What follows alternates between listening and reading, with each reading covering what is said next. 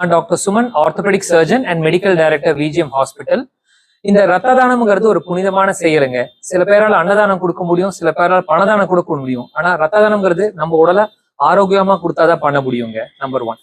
அது மட்டும் இல்லாம நீங்க நிறைய பேருக்கு பயம் இருக்கு, ரத்த தானம் எடுத்தா வலிக்கும், நமக்கு ஏதாவது வியாதி வரும், அதெல்லாம் இருக்குங்க.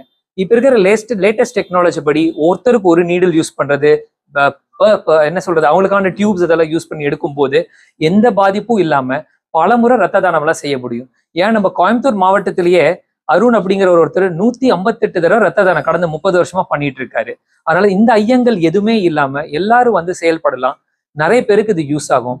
எத்தனையோ பேர் வந்து ரத்த வாந்தியோட வராங்க, ஆக்சிடென்டே வராங்க, பிரெக்னென்ட் லேடிஸ்க்கு தேவைப்படுது, வயசான பாட்டிக்கு லிவர் கெட்டு போய் வருது, வயசான தாத்தாக்கு கேன்சர் வருது. கடைசியில் எல்லாருக்கும் தேவைப்படுறது ரத்தம் தான். ஏன்னா உங்களுக்கு சர்ஜரி தேவைப்படலாம், ரேடியேஷன் தேவைப்படலாம், இல்லை ஆக்சிடென்டே வரலாம். இந்த மாதிரி ஒரு முக்கியமான சேவைக்காக இந்த ரத்தம் நிறைய தேவைப்படுது.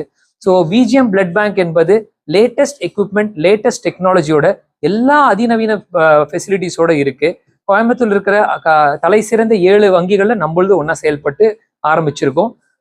இப்ப 2 நாளா ஒரு கேம்ப் நடந்துட்டு இருக்கு. அந்த கேம்ப் பத்தி டாக்டர் மித்ரா எடுத்து சொல்லுவாங்க.